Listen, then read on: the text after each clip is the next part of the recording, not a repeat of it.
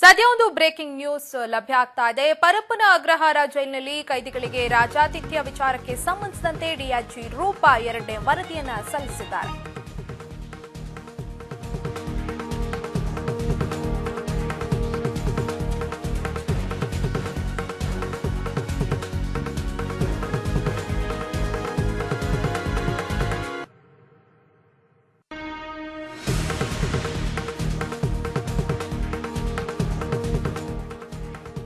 ಪರಪ್ಪನ ಅಗ್ರಹಾರ ಜೈಲಿನಲ್ಲಿ ಕೈದಿಗಳಿಗೆ ರಾಜಾತಿಥ್ಯ ವಿಚಾರಕ್ಕೆ ಸಂಬಂಧಿಸಿದಂತೆ ಡಿಐಜಿ ರೂಪಾ ಎರಡನೆಯ ವರದಿಯನ್ನ ಸಲ್ಲಿಸಿದ್ದಾರೆ. ಜೈಲಿನೊಳಗೆ ಕರ್ಮಕಾಂಡಗಳ ಬಗ್ಗೆ ಎರಡನೆಯ ವರದಿಯನ್ನ ಸಲ್ಲಿಸಿದ್ದಾರೆ. ಡಿಜಿ ಸತ್ಯನಾರಾಯಣ ರಾವ್ ಹಾಗೆ ಗೃಹ ಇಲಾಖೆ, ಎಸಿಬಿ ಜೊತೆಗೆ ರಾಜ್ಯ ಸರ್ಕಾರದ ಮುಖ್ಯ ಕಾರ್ಯದರ್ಶಿ ಡಿಜಿ ಆರ್.ಕೆ. ದತ್ತ ಅವರಿಗೆ ಒಂದು ವರದಿಯನ್ನ ಸಲ್ಲಿಸಿದ್ದಾರೆ. ಈಗಾಗಲೇ ವರದಿಯನ್ನ ಸಲ್ಲಿಸಿ ಕೇಂದ್ರ ಕಚೇರಿಯಿಂದ ರೂಪಾ ಹೊರಟಿದ್ದಾರೆ. ಇನ್ನು ವರದಿಯನ್ನ ಸಲ್ಲಿಸಿದ ಬಗ್ಗೆ ಡಿಐಜಿ ಡಿ ರೂಪಾ ಅವರೊಂದು ಸ್ಪಷ್ಟನೆಯನ್ನ ಕೂಡ ನೀಡಿದ್ದಾರೆ.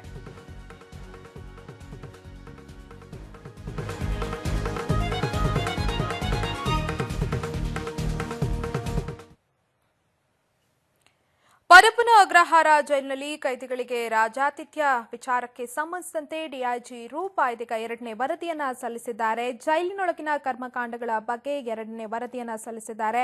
ಡಿಜಿ ಸತ್ಯನಾರಾಯಣ ರಾವ್, ಗೃಹ ಇಲಾಖೆ, ಎಸಿಬಿ ಹಾಗೆ ರಾಜ್ಯ ಸರ್ಕಾರದ ಮುಖ್ಯ ಕಾರ್ಯದರ್ಶಿ ಡಿಜಿ ಆರ್.ಕೆ. ದತ್ತಾಗೆ ಒಂದು ವರದಿಯನ್ನ ಸಲ್ಲಿಸಿದ್ದಾರೆ. ವರದಿಯನ್ನ ಸಲ್ಲಿಸಿ ಇದೀಗ ಕೇಂದ್ರ ಕಚೇರಿಯಿಂದ ರೂಪಾ ಅವರು ಹೊರಟಿದ್ದಾರೆ.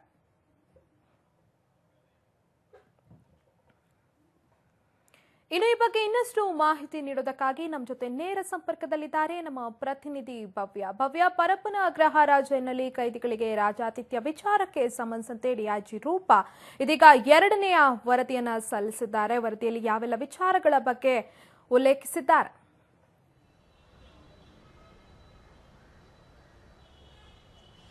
ನವ್ಯ, ಸರ್ಕಾರದಿಂದ ತನಿಖಾಧಿಕಾರಿಯನ್ನು ಒಬ್ಬರನ್ನು ನೇಮಿಸಿದ್ರು. ಆದ್ರೆ ಇವತ್ತು ಸತ್ಯನಾರಾಯಣ ಅವರು ಪರಪ್ಪನ ಅಗ್ರಹಾರಕ್ಕೆ ಭೇಟಿ ಕೊಟ್ಟಿದ್ರು. ಅದು ಬಿಡದೆ ಪರಪ್ಪನ ಅಗ್ರಹಾರದಲ್ಲಿ ಹಲವಾರು ರೀತಿಯ ಸಿಸಿಟಿವಿ ದೃಶ್ಯಾವಳಿಗಳನ್ನು ಕೂಡ ಹಲವಾರು ರೀತಿ ಇವತ್ತು ಪರಿಶೀಲನೆಯನ್ನೆಲ್ಲ ಮಾಡ್ತಾ ಇದ್ರು. ಈ ಹಿನ್ನೆಲೆಯಲ್ಲಿ ಎರಡನೇ ವರದಿಯನ್ನು ಇವತ್ತು ರೂಪಾ ಅವರು ಸಲ್ಲಿಸಿರುವಂತದ್ದು. ಒಂದು ಸತ್ಯನಾರಾಯಣ ಅವರಿಗೆ, ಮತ್ತೊಂದು ಮುಖ್ಯ ಸರ್ಕಾರದ ಕಾರ್ಯದರ್ಶಿ ಎಸಿಬಿ ಒಂದು ಅಧಿಕಾರಿಗಳಿಗೆ ಒಂದು ಸಲ್ಲಿಸಿದ್ದಾರೆ. ಏನಂದ್ರೆ ಈ ವರದಿಯಲ್ಲಿ ಅವರೊಂದು ಸ್ಪಷ್ಟವಾಗಿ ತಿಳಿಸಿದ್ದಾರೆ. ಏನಂದ್ರೆ ಮೊನ್ನೆ ತಾನೇ ರೂಪಾ ಅವರು ಮೊದಲ ವರದಿಯನ್ನು ಸಲ್ಲಿಸಿದ್ರು. ಅದರಲ್ಲಿ 8 ಅಂಶಗಳನ್ನು ಮೆನ್ಷನ್ ಮಾಡಿದ್ರು. ಅದಕ್ಕೆ ಬೇಕಾದಂತಹ ಸಾಕ್ಷ್ಯಗಳನ್ನು ಕೂಡ ನೀಡಿದ್ರು. ಮತ್ತೊಂದು ಕಡೆ ಸುದ್ದಿ ಟಿವಿಗೆ ಈಗಾಗಲೇ ಎಕ್ಸ್ಕ್ಲೂಸಿವ್ ಆಗಿ ಒಂದು ವಿಡಿಯೋ ಕೂಡ ಸಿಕ್ಕಿದೆ. ಪರಪ್ಪನ ಆಗ್ರಹಕ್ಕೆ ರೂಪಾ ಅವರು ಹೋಗಿ ಕೈದಿಗಳ ಬಳಿ ಮಾತಾಡ್ತಾ ಇರುವಂತಹ ವಿಡಿಯೋ ಈಗಾಗಲೇ ಸುದ್ದಿ ಟಿವಿಗೆ ಲಭ್ಯವಾಗಿರುವಂತದ್ದು. ಅಂದ್ರೆ ಅಲ್ಲಿರುವಂತಹ ಕೈದಿಗಳ ಬಳಿ ಯಾವ ರೀತಿ ಎಲ್ಲ ಮಾತಾಡಿದ್ದಾರೆ, ಅಲ್ಲಿರುವಂತಹ ಕೈದಿಗಳು ಎಷ್ಟು ಮಂದಿ ಗಾಂಜಾ ವ್ಯಸನಕ್ಕೆ ಎಡಿಟ್ ಆಗಿದ್ದಾರೆ ಅನ್ನೋದ್ರ ಬಗ್ಗೆ ಕೂಡ ಒಂದು ರೂಪಾ ಅವರು ಖುದ್ದಾಗಿ ಅವರೊಂದು ಕ್ಯಾಮ್ರಾದಲ್ಲಿ ಸೆರೆ ಮಾಡಿದ್ರು. ಆದ್ರೆ ಆ ಕ್ಯಾಮ್ರಾದ ವಿಡಿಯೋ ಫಸ್ಟ್ ಒಂದು ಡಿಲೀಟ್ ಮಾಡಿದ್ರು. ಸೊ ಅಧಿಕಾರಿಗಳು ಈ ಹಿನ್ನೆಲೆಯಲ್ಲಿ ಈಗ ಎರಡನೇ ವರದಿಯಲ್ಲಿ ಕೂಡ ಇದನ್ನೆಲ್ಲ ಒಂದು ಉಲ್ಲೇಖ ಮಾಡಿರುವಂತದ್ದು. ಏನಂದ್ರೆ ಇದೀಗ ಶಶಿಕಲಾ ಅವರಿಗೆ ಏನೆಲ್ಲ ಒಂದು ಫೆಸಿಲಿಟಿಯನ್ನು ಕೊಡ್ತಾ ಇದ್ರು, ಆ ಫೆಸಿಲಿಟಿಯನ್ನೆಲ್ಲ ಒಂದು ವಾಪಸ್ ಪಡೆದಿದ್ದಾರೆ ಅನ್ನೋ ಆರೋಪದ ಮೇರೆಗೆ ಅದು ಕೂಡ ಎರಡನೇ ವರದಿಯಲ್ಲಿ ಉಲ್ಲೇಖ ಮಾಡಿದ್ದಾರೆ. ಮತ್ತೊಂದು ಕಡೆ ಪರಪ್ಪನ ಆಗ್ರಹ ಒಂದು ಎಂಟ್ರಿ ಹೊಡೆಯುವ ಸ್ಥಳದಲ್ಲಿ 2 ಸಿಸಿ ಕ್ಯಾಮ್ರಾ ಇದೆ. ಆ 2 ಸಿಸಿ ಕ್ಯಾಮ್ರಾದಲ್ಲಿರುವಂತಹ ವಿಜುವಲ್ಸ್ ಗಳು ಡಿಲೀಟ್ ಆಗಿರುವಂತದ್ದು. ಅಂದ್ರೆ ಯಾರೆಲ್ಲ ಪರಪ್ಪನ ಆಗ್ರಹಕ್ಕೆ ಎಂಟ್ರಿ ಕೊಟ್ಟಿದ್ದಾರೆ ಅನ್ನೋದ್ರ ಬಗ್ಗೆ ಕೂಡ ಆ ವಿಜುವಲ್ಸ್ ಅಲ್ಲಿ ಒಂದು ಸ್ಪಷ್ಟವಾಗಿತ್ತು. ಆದ್ರೆ ಇದೀಗ ಆ ವಿಜುವಲ್ಸ್ ಡಿಲೀಟ್ ಆಗಿದೆ ಅನ್ನೋ ಕಾರಣಕ್ಕಾಗಿ ಎರಡನೇ ವರದಿಯಲ್ಲೂ ಕೂಡ ಇದನ್ನು ಅಂಶವನ್ನು ಕೂಡ ಮೆನ್ಷನ್ ಮಾಡಿದ್ದಾರೆ. ಮತ್ತೊಂದು ತೆಳಗೆ ಅವನಿಗೆ ಯಾವ ರೀತಿಯಲ್ಲ ಅಲ್ಲಿ ಒಂದು ಫೆಸಿಲಿಟಿ ಕೊಡುತ್ತಾರೆ ಅನ್ನೋದ್ರ ಬಗ್ಗೆ ಎಲ್ಲಾ ಮಾಧ್ಯಮದಲ್ಲಿ ಕೂಡ ಒಂದು ವಿಜುವಲ್ಸ್ ಒಂದು ಬಿತ್ತರವಾಗಿತ್ತು. ಆದ್ರೆ ಅಂತಹ ಫೆಸಿಲಿಟಿ ಇಲ್ಲ ಅನ್ನೋದನ್ನು ಕೂಡ ಡಿಸಿ ಒಂದು ಹೇಳಿದ್ರು. ಆದ್ರೆ ಈ ವರದಿಯಲ್ಲಿ ಹೇಳೋ ಪ್ರಕಾರ ಇದಕ್ಕೆಲ್ಲ ಸಂಬಂಧಪಟ್ಟಂತೆ ನನ್ನ ಸಾಕ್ಷ್ಯಗಳಿದೆ ಅನ್ನೋದನ್ನು ಕೂಡ ಈ ವರದಿಯಲ್ಲಿ ಉಲ್ಲೇಖ ಮಾಡಿದ್ದಾರೆ. ಈಗಾಗಲೇ ದೃಶ್ಯಗಳಲ್ಲಿ ಸಂಪರ್ಕ ಸಾಧ್ಯ ಆಗ್ತಾ ಇಲ್ಲ. ಪರಪ್ಪನ ಅಗ್ರಹಾರ ಜೈಲಿನಲ್ಲಿ ಕೈದಿಗಳಿಗೆ ರಾಜಾತಿಥ್ಯ ವಿಚಾರಕ್ಕೆ ಸಂಬಂಧಿಸಿದಂತೆ ಡಿಐಜಿ ರೂಪಾ ಇದೀಗ ಎರಡನೇ ವರದಿಯನ್ನ ಸಲ್ಲಿಸಿದ್ದಾರೆ. ಜೈಲಿನೊಳಗೆ ನಡೀತಾ ಇರುವಂತಹ ಕರ್ಮಕಾಂಡಗಳ ಬಗ್ಗೆ ಎರಡನೇ ವರದಿಯಲ್ಲಿ ಅವರು ಉಲ್ಲೇಖವನ್ನ ಮಾಡಿದ್ದಾರೆ.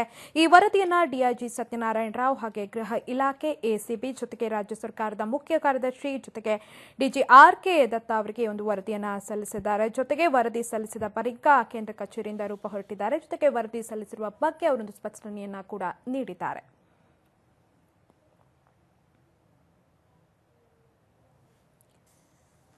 ಪರಪ್ಪನ ಅಗ್ರಹಾರ ಜೈಲಿನಲ್ಲಿ ಕೈದಿಗಳಿಗೆ ರಾಜಾತಿಥ್ಯ ವಿಚಾರಕ್ಕೆ ಸಂಬಂಧಿಸಿದಂತೆ ಡಿಐಜಿ ರೂಪಾ ಇದೀಗ ಎರಡನೇ ವರದಿಯನ್ನ ಸಲ್ಲಿಸಿದ್ದಾರೆ. ಜೈಲಿನೊಳಗೆ ನಡೀತಾ ಇರುವಂತಹ ಕರ್ಮಕಾಂಡಗಳ ಕುರಿತಾಗಿ ಎರಡನೇ ವರದಿಯನ್ನ ಸಲ್ಲಿಸಿದ್ದಾರೆ. ಡಿಜಿ ಸತ್ಯನಾರಾಯಣ ರಾವ್ ಹಾಗೆ ಗೃಹ ಇಲಾಖೆ ಎಸಿಬಿ ಜೊತೆಗೆ ರಾಜ್ಯ ಸರ್ಕಾರದ ಮುಖ್ಯ ಕಾರ್ಯದರ್ಶಿ ಡಿಜಿ ಆರ್.ಕೆ. ದತ್ತಾಗೂ ಕೂಡ ವರದಿಯನ್ನ ಸಲ್ಲಿಸಿದ್ದಾರೆ. ಕೇಂದ್ರ ಕಚೇರಿಯಲ್ಲಿ ವರದಿಯನ್ನ ಸಲ್ಲಿಸಿ ಇದೀಗ ರೂಪ ಹೊರಟಿರುವಂತದ್ದು. ಜೊತೆಗೆ ವರದಿ ನೀಡಿರುವ ಬಗ್ಗೆ ಅವರು ಸ್ಪಷ್ಟನೆಯನ್ನ ಕೂಡ ನೀಡಿದ್ದಾರೆ. ಇನ್ನು ಈ ಬಗ್ಗೆ ಇನ್ನಷ್ಟು ಮಾಹಿತಿಯನ್ನ ನೀಡೋದಕ್ಕಾಗಿ ನಮ್ಮ ಜೊತೆ ದೂರವಾಣಿ ಸಂಪರ್ಕದಲ್ಲಿದ್ದಾರೆ ನಮ್ಮ ಪ್ರತಿನಿಧಿ ಭವ್ಯ. ಇನ್ನು ವರದಿಯ ಸಲ್ಲಿಕೆ ಬಳಿಕ ಡಿಐಜಿ ರೂಪಾ ಸ್ಪಷ್ಟನೆಯನ್ನ ಕೂಡ ನೀಡಿದ್ದಾರೆ. ಏನ್ ಹೇಳಿದ್ದಾರೆ ಅವರು? ಎಸ್ ನವ್ಯ, ಈಗಾಗಲೇ ಏನು ಎರಡನೇ ವರದಿಯನ್ನು ಕೂಡ ಸಲ್ಲಿಸಿದ್ದೇನೆ ಅನ್ನೋದಕ್ಕೆ ಈಗಾಗಲೇ ರೂಪ ಅವರು ಸ್ಪಷ್ಟವಾಗಿ ತಿಳಿಸಿದಂತದ್ದು ಏನಂದ್ರೆ, ಮೊದಲ ವರದಿಯಲ್ಲಿ 8 ಅಂಶಗಳನ್ನು ಮೆನ್ಷನ್ ಮಾಡಿದ್ರು. ಅದಕ್ಕೆ ಬೇಕಾದಂತಹ ಸಾಕ್ಷ್ಯಗಳು ಕೂಡ ಅವರ ಬಳಿ ಇತ್ತು ಕೂಡ ಇದು ಸತ್ಯಕ್ಕೆ ದೂರವಾದದ್ದು ಅನ್ನೋ ಮಾತು ಸತ್ಯನಾರಾಯಣ ಅವರು ಹೇಳಿದ್ರು. ಈ ಹಿನ್ನೆಲೆಯಲ್ಲಿ ಎರಡನೇ ವರದಿಯಲ್ಲಿ ಆ ಸಾಕ್ಷ್ಯಗಳಿಗೆ ಬೇಕಾದಂತಹ ಎಲ್ಲಾ ರೀತಿಯ ಸಾಕ್ಷ್ಯಗಳು ಇದೆ ಅನ್ನೋದಕ್ಕೆ ಈಗಾಗಲೇ ಎರಡನೇ ವರದಿಯನ್ನು ಅವರು ಸಲ್ಲಿಕೆ ಮಾಡಿರುವಂತದ್ದು. ಅಂದ್ರೆ ಎರಡನೇ ವರದಿಯಲ್ಲಿ ಒಂದು ಸಂಪೂರ್ಣವಾಗಿ ಕೆಲ ಅಂಶಗಳನ್ನು ಕೂಡ ಅವರು ಮೆನ್ಷನ್ ಮಾಡಿದ್ದಾರೆ. ಏನಂದ್ರೆ, ಅವರು ಮೊನ್ನೆದು 8 ಅಂಶಗಳನ್ನು ಏನು ವರದಿಯಲ್ಲಿ ಮೆನ್ಷನ್ ಮಾಡಿದ್ರು ಅದು ಕೆಲವು ಸುಳ್ಳು ಅಂತ ಕೇಳಿದ್ರು. ಅದಕ್ಕೆ ಬೇಕಾದಂತಹ ಸಾಕ್ಷ್ಯಗಳು ನನ್ನ ಬಳಿ ಇದೆ. ಹಾಗೇನೆ ಕೃಷ್ಣಕುಮಾರ್ ಮತ್ತೆ ಅವರು ಶೇಷ ಅನ್ನೋರು ಯಾವ ರೀತಿ ಸಿಬ್ಬಂದಿಗಳೊಂದು ಇವರ ಜೊತೆ ನಡೆದುಕೊಳ್ತಾರೆ ಅನ್ನೋದ್ರ ಬಗ್ಗೆ ಕೂಡ ಈಗ ಸಲ್ಲಿಸಿರುವಂತದ್ದು. ಮತ್ತೊಂದ್ ಕಡೆ ವಿನಾಕಾರಣ ನನ್ನನ್ನೊಂದು ಟಾರ್ಗೆಟ್ ಮಾಡ್ತಾ ಇದ್ದಾರೆ ಅನ್ನೋ ಅಂಶವನ್ನು ಕೂಡ ಈ ವರದಿಯಲ್ಲಿ ತಿಳಿಸಿದ್ದಾರೆ. ಅಂದ್ರೆ ಈಗಾಗಲೇ ಶಶಿಕಲಾ ಅವರಿಗೆ ಯಾವ ರೀತಿಯಾದ ಒಂದು ಫೆಸಿಲಿಟಿ ಇದೆ, ಅಡುಗೆ ರೂಮ್ ಅಲ್ಲಿ ಒಂದು ಅವ್ರಿಗೆ ಬೇಕಾದಂತಹ ಅಡುಗೆ ಮಾಡೋದಕ್ಕೆ ಕೂಡ ಒಂದು ಫೆಸಿಲಿಟಿ ಇದೆ.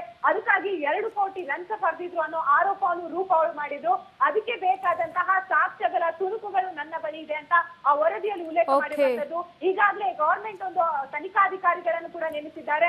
ತನಿಖಾಧಿಕಾರಿಗಳು ಯಾವಾಗ ಬೇಕಾದ್ರೂ ಪರಪ್ಪನಾಗ್ರಹಕ್ಕೆ ಎಂಟ್ರಿ ಕೊಡಬಹುದು ಅನ್ನೋ ಹಿನ್ನೆಲೆಯಲ್ಲಿ ಇವತ್ತು ಸತ್ಯನಾರಾಯಣ ಅವರು ಪರಪ್ಪನಾಗ್ರಹಕ್ಕೆ ಭೇಟಿ ಕೊಟ್ಟಿದ್ರು. ಅವ್ರು ಯಾತಕ್ಕಾಗಿ ಪರಪ್ಪನಾಗ್ರಹಕ್ಕೆ ಭೇಟಿ ಕೊಟ್ಟಿದ್ದಾರೆ ಅನ್ನೋದು ಕೂಡ ಇಲ್ಲಿ ಪ್ರಶ್ನೆಯಾಗಿ ಕಾಡ್ತಿದೆ. ಯಾಕಂದ್ರೆ ತನಿಖಾಧಿಕಾರಿಗಳನ್ನು ನೇಮಿಸಿದ ಮೇಲೆ ತನಿಖಾಧಿಕಾರಿಗಳು ಮೊದಲು ಎಂಟ್ರಿ ಕೊಡ್ಬೇಕಾಗುತ್ತೆ. ಈಗಾಗಲೇ ಇವರಿಬ್ರು ಅಧಿಕಾರಿಗಳು ಜಟಾಪಟಿ ನಡುವೆ ತನಿಖಾಧಿಕಾರಿಗಳು ಮೊದಲು ಪರಪ್ಪನಾಗ್ರಹಕ್ಕೆ ಹೋಗಿ ಅಲ್ಲಿನ ಸಿಚುವೇಶನ್ ಬಗ್ಗೆ ತನಿಖೆ ಮಾಡ್ಬೇಕಾಗುತ್ತೆ.